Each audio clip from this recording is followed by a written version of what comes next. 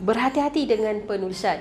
Sepanjang tempoh PKP 2021 ini, mungkin kita banyak masa di rumah dan kita banyak menulis di media sosial. Sebenarnya ada undang-undang yang mengawal penulisan kita ini. Jadi hari ini saya nak kongsikan 5 undang-undang yang boleh menyebabkan anda membayar ganti rugi ataupun didenda atau lebih teruk dipenjara. Nak tahu lanjut, saksikan video ini dan subscribe kepada channel kami.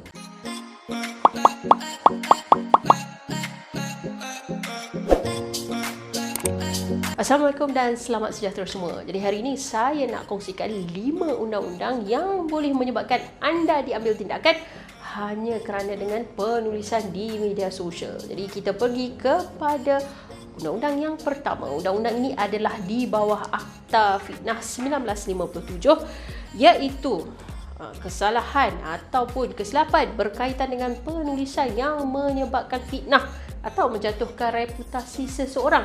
Misalnya, kita menggunakan media sosial atau sebarang penulisan yang menghantar atau menunjukkan kepada seseorang secara spesifik ataupun secara tafsiran yang orang lain faham.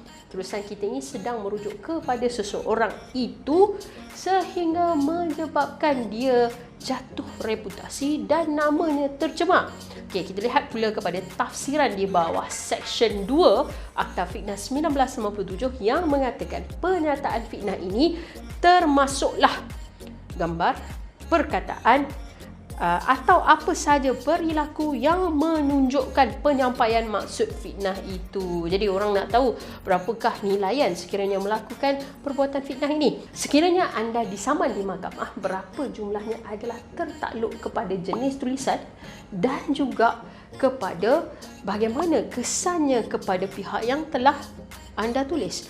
Ada kes-kes di mahkamah yang melibatkan ganti rugi sebanyak belasan ribu ringgit, puluhan ribu ringgit dan lagi teruk ratusan ribu ringgit. Jadi berhati-hati dengan tulisan anda. Seterusnya, undang-undang yang kedua, iaitu di bawah Akta Komunikasi dan Multimedia 1998. Seksyen 233 yang memperuntukkan sebarang penulisan yang berbentuk sumbang, jelik, lucah, yang menganiaya atau menyebabkan seseorang itu tidak merasa selesa akan menyebabkan anda boleh dihukum di bawah seksyen ini yang membawa hukuman sekiranya sabit kesalahan maksimum RM50,000 atau penjara tidak lebih daripada 1 tahun atau kedua-duanya sekali. Seksyen 233 ini sejak adanya social media dan juga penggunaan internet yang terlalu tinggi sering kali digunakan dan juga banyak pendakwaan yang dikenakan terhadap individu. Jadi berhati-hati dengan tulisan anda. Seterusnya di bawah Seksyen 505 Kanun Keseksaan, apabila tulisan anda telah menyebabkan kegentaran awam, bermaksud daripada tulisan anda menyebabkan panik dan orang menjadi takut. Banyak juga kes yang telah dibawa ke mahkamah apabila tulisan-tulisan ini menyebabkan kekeliruan orang ramai sehingga menakut-nakutkan orang.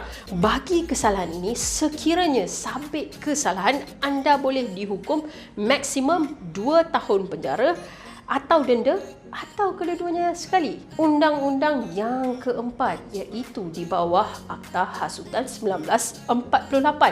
Di dalam Akta Hasutan 1948 ini terdapat elemen-elemen penulisan sama ada penulisan-penulisan tersebut menggunakan ayat-ayat yang mengandungi kecenderungan menghasut, sama ada menghasut ke arah rasa benci, menghina atau tidak suka kepada raja, ataupun yang boleh mengganggu ketenteraman kaum atau sesuatu kelas di Malaysia.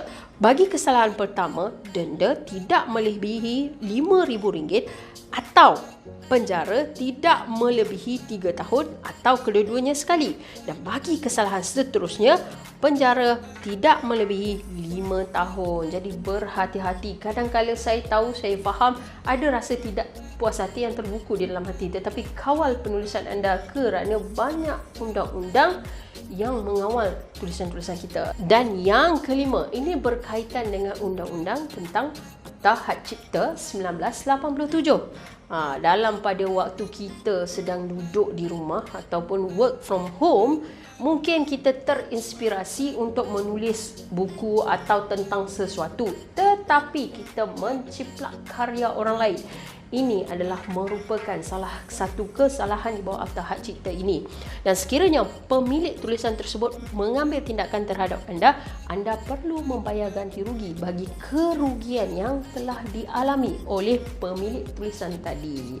Jadi, sepanjang tempoh kita di rumah ataupun pada bila-bila masa kita menulis, ingat, ada undang-undang yang mengawal tulisan-tulisan kita ini dan kita perlu bijak dalam menulis dan menggunakan social media. Itu sahaja setakat ini daripada kami. Jangan lupa like pada video ini dan subscribe pada channel-channel kami.